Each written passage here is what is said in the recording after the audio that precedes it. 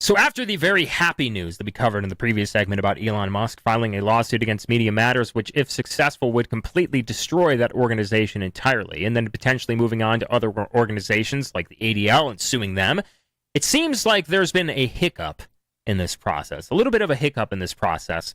It seems like Elon Musk has gotten the call, he's received the call, and he's taken the trip to Israel to stand next to Bibi Netanyahu to stare at an empty crib because of what he said on Twitter, because of a post, literally this is the reason, because of a post that he responded to on Twitter, which was considered to be anti-Semitic. Here's from the New York Times: Elon Musk visits Israel amid backlash against his endorsement of anti-Semitic post. And if they were telling the truth here, here's how the headline would read: Elon Musk visits Israel because of his anti-Semitic post.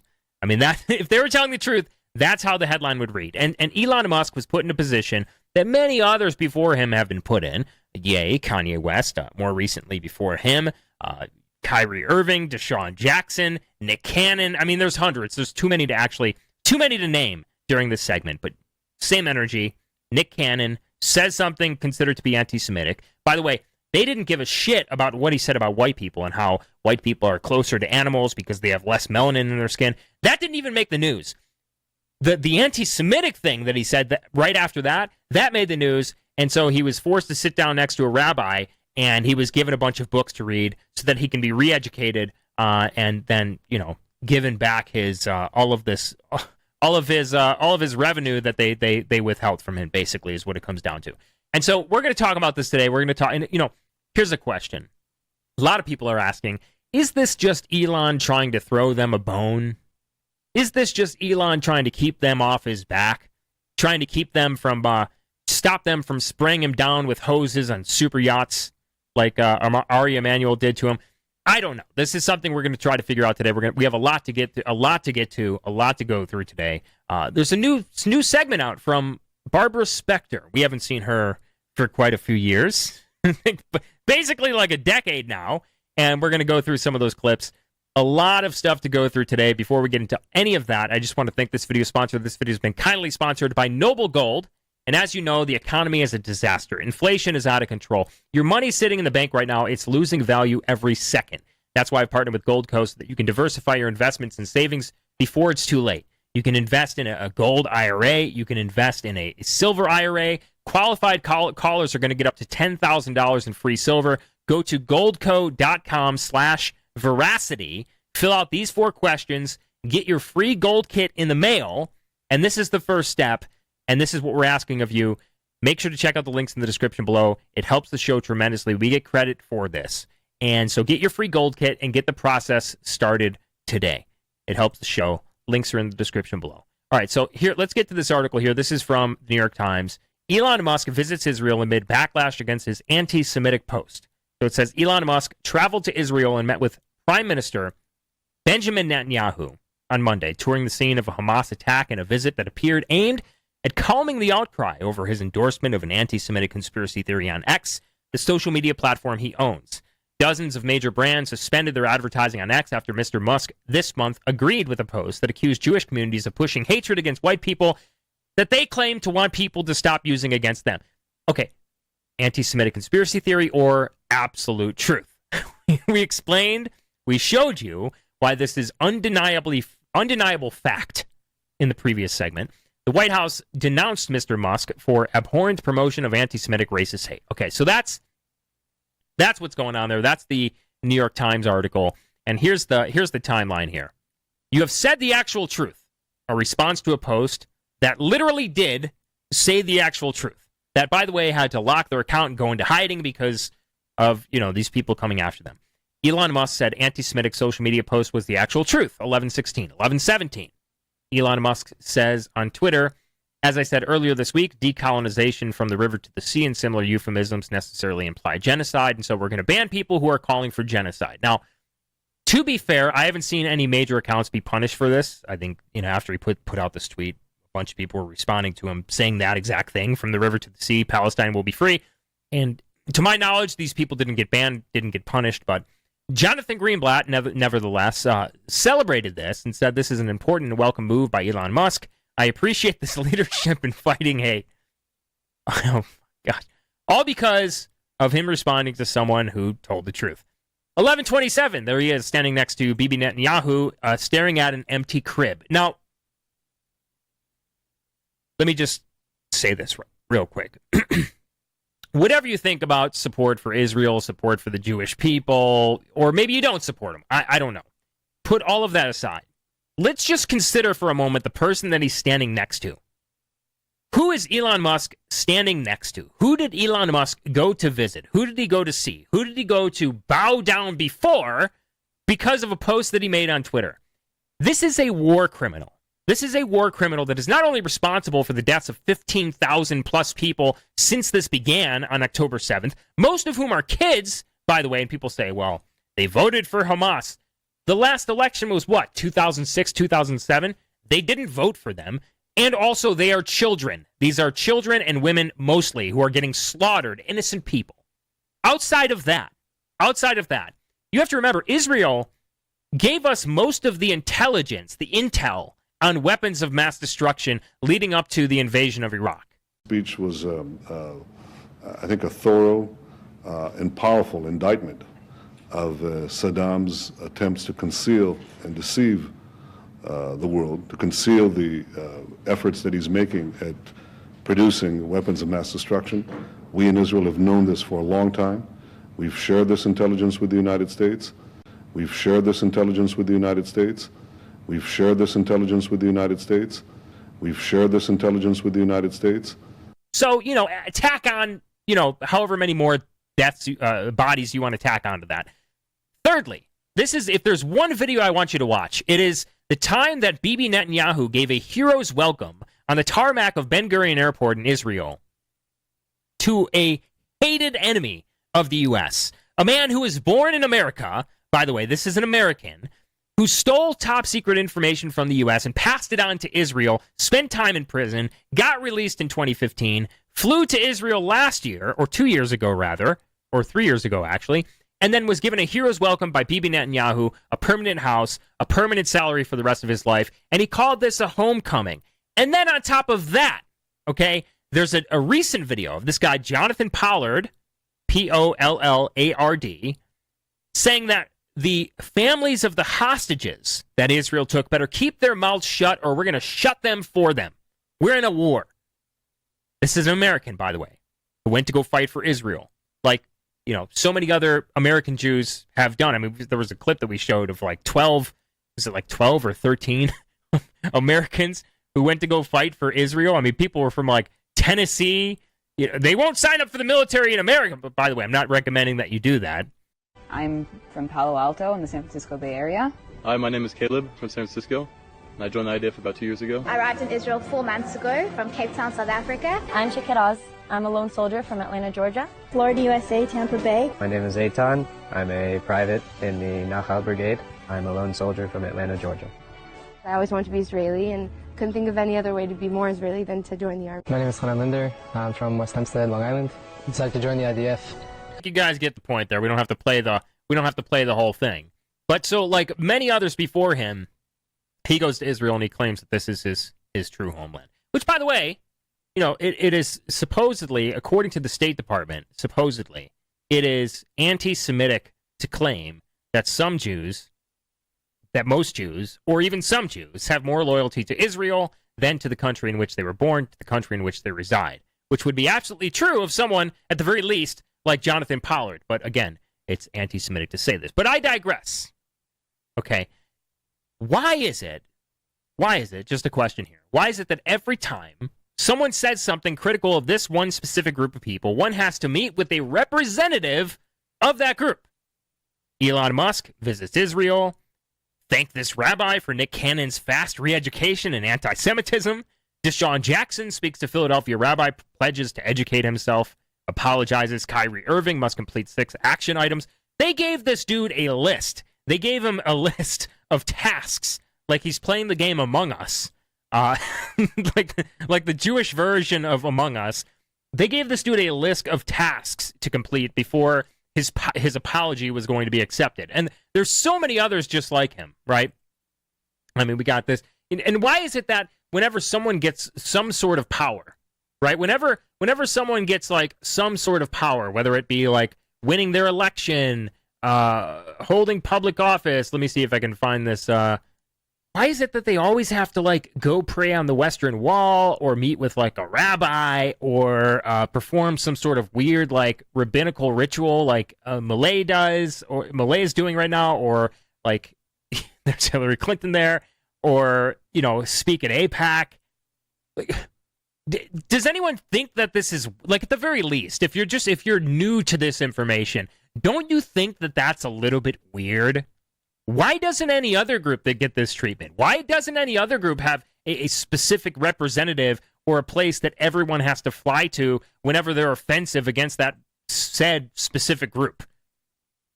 Okay, so that's how we're going to start this off here.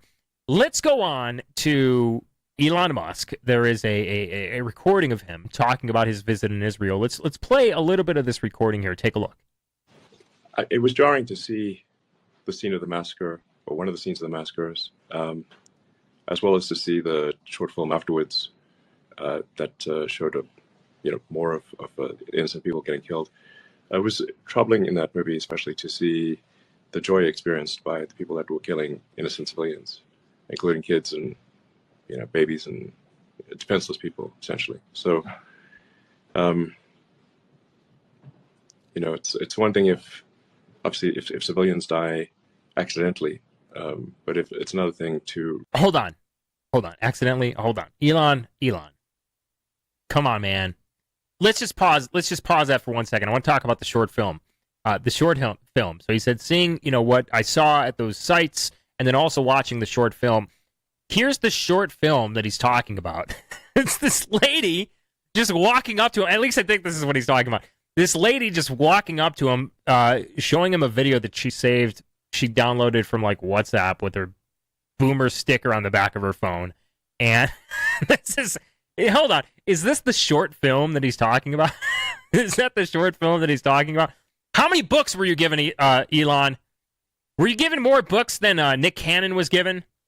Did they give you more books than Nick Cannon was given to read? This like mandatory reading list that Nick Cannon was given?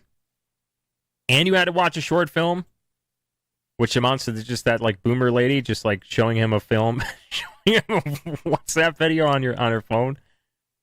Oh my gosh. How more apparent can this get? But if it's another thing to revel in the joy of killing civilians, that's not, that's evil. I mean, the rebuttal is often made that, but Israel has killed civilians, also in Gaza. But there is an important difference here, which is that Israel tries to avoid killing civilians, doing everything it can to avoid killing civilians. Do they though? And there's. Do they though? Do they actually try to avoid? Do they actually try to avoid killing civilians? Hold on a sec. So let's just pause. Just pause for 1 second. Let's just pause for 1 second. Let's address the first claim. Reveling, enjoying, celebrating killing civilians. This was a claim that he made.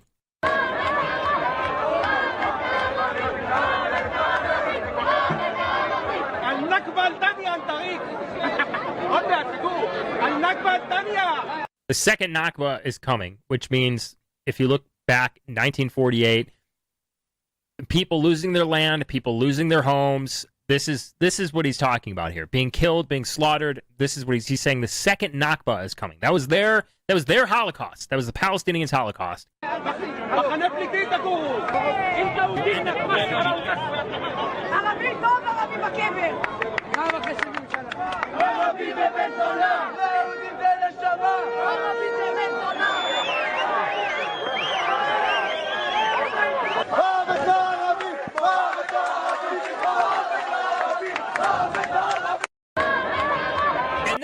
And then, there's like dozens of other videos I can show you that show that exact thing.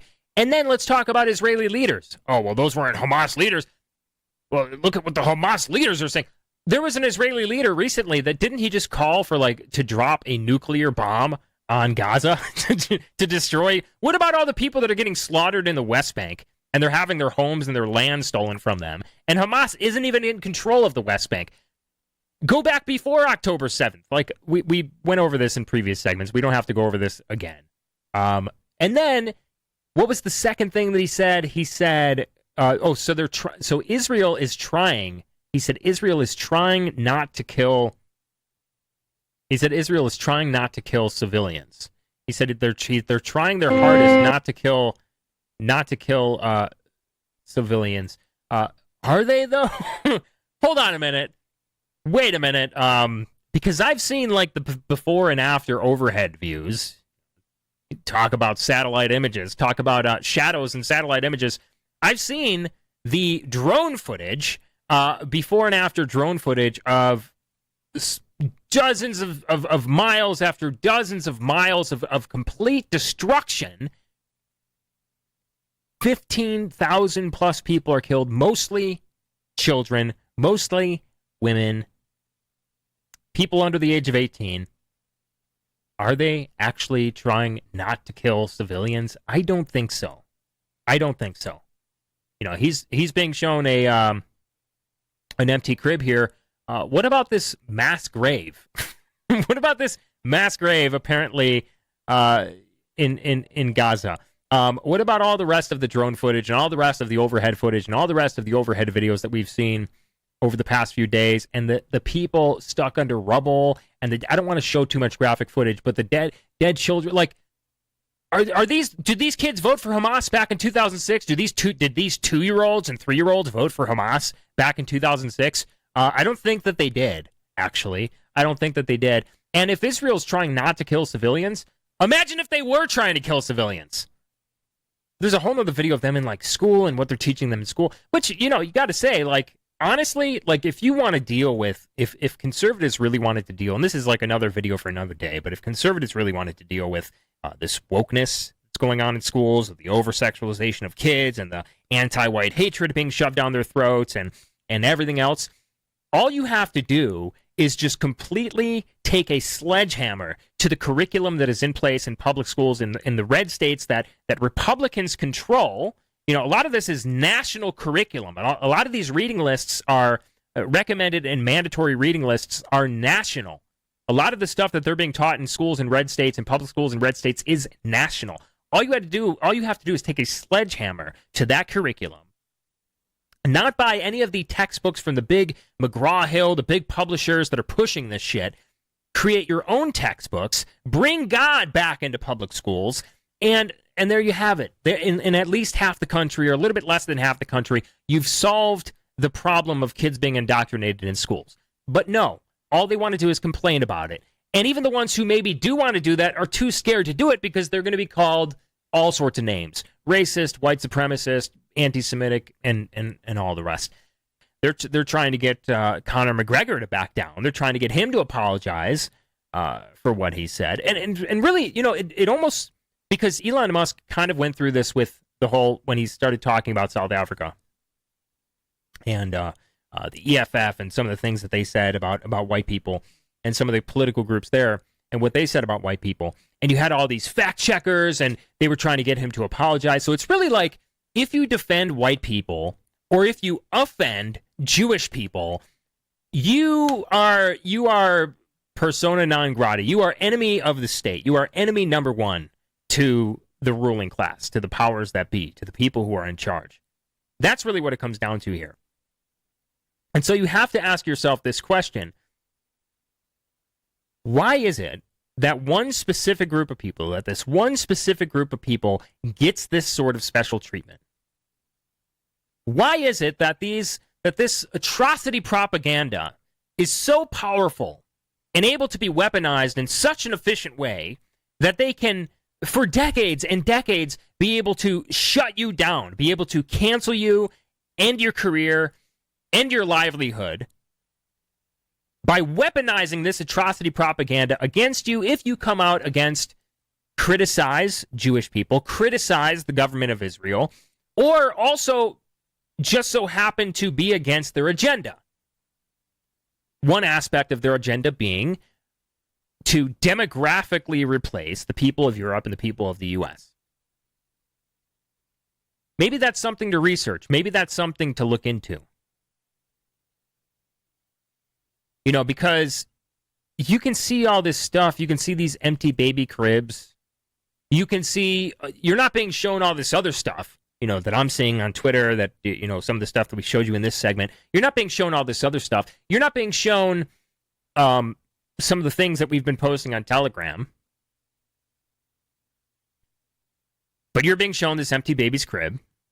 You're also being told that 40 babies were decapitated. Babies were shoved into ovens while their mothers were raped on top of the ovens. They brought back the soccer ball story. I don't know. I don't know if this was a troll, if this was a joke or what, but people were talking about babies being shoved into soccer balls. This was like an old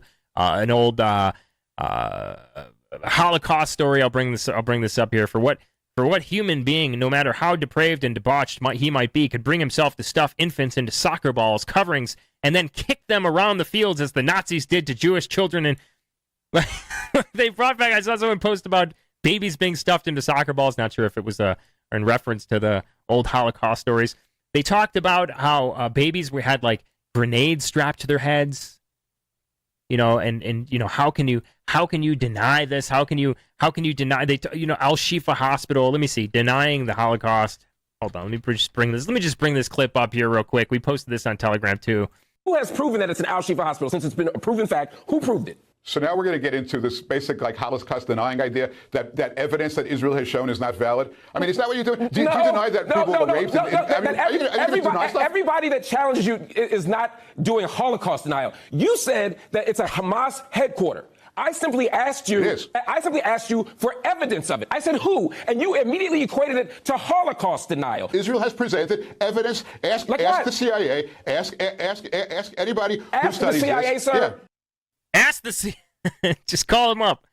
Call up the 1-800 number for the CIA and ask them if the babies shoved into soccer balls was real. Okay? What about the babies who were thrown into the air and the machine gunners used them as targets? What about them, huh? What about them?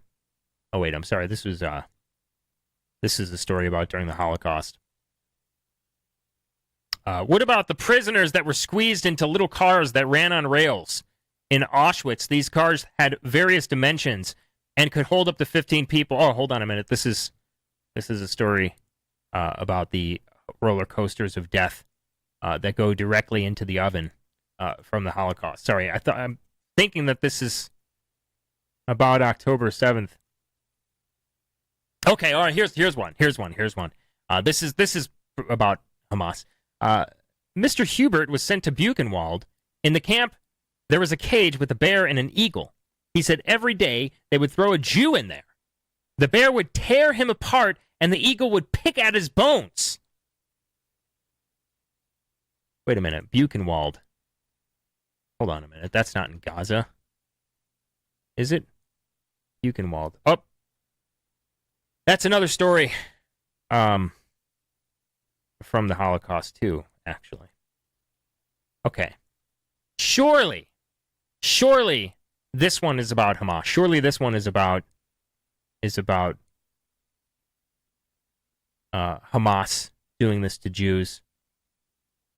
And then the flesh, you know, they were sometimes, you know, when they burn, if they were not burned, they will use it for to make sausages and to make, you know, polony that they were giving us at night to eat. Okay, wait a minute. I see there at the bottom of the screen it says the Shoah Foundation, paid for by the Shoah Foundation. So maybe that's not about Gaza either. But listen, just ask the CIA. Okay, call up the CIA and ask them, and they will tell you. They will tell you. They will tell you. All right, moving on. This is from Richard Hanania, who actually Elon Musk responded to. He responded to him, and he said, kids are programmed to hate from the moment they can understand words, because he's posting all these things about how, Palestinians hate Jews or something like that. Richard Hanania says the same day he posts that, he says, what did he say? Let me bring this back up. Ben Shapiro not firing Candace Owens is like the IDF letting humanitarian aid into Gaza. Jews are too kind to those who hate them. It is up to the rest of us Jews to make sure that they don't get taken advantage of. That's from Richard Canania. Okay, so I wanted to, I really wanted to go into these new clips from Barbara Specter, but I think we're going to have to save it for another segment.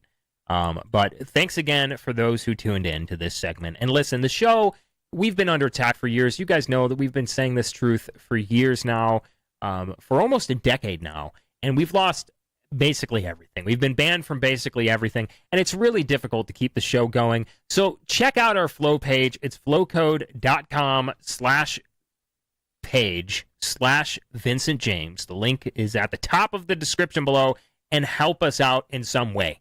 Okay? We've got Buy Me a Coffee. Subscribestar is the best way. $2 a month, $5 a month. You get all sorts of special footage. The live streams forever are up there for you guys. We've got cryptocurrency. We've got our shop. If you order something this week, you'll get it in time for Christmas, and even into next week, too. We've got our shop. It helps the show. We've got preparewithvincent.com. The link is in that Flow page. And then we've got our P.O. box, of course. So please help the show out in whatever way you can. Help us keep going.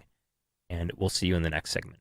Since we've been banned from every mainstream platform that exists, we need your support for the show to survive. You can support by subscribing to my Subscribestar for $5 a month to get access to exclusive content and more at other tiers. You can also support by using cryptocurrency, our P.O. box, and as always, going to preparewithvincent.com or waterwithvincent.com to get your 25-year shelf life dry food supply or water filter systems. Check out dailyveracity.com/support to find all the links. It helps the show tremendously.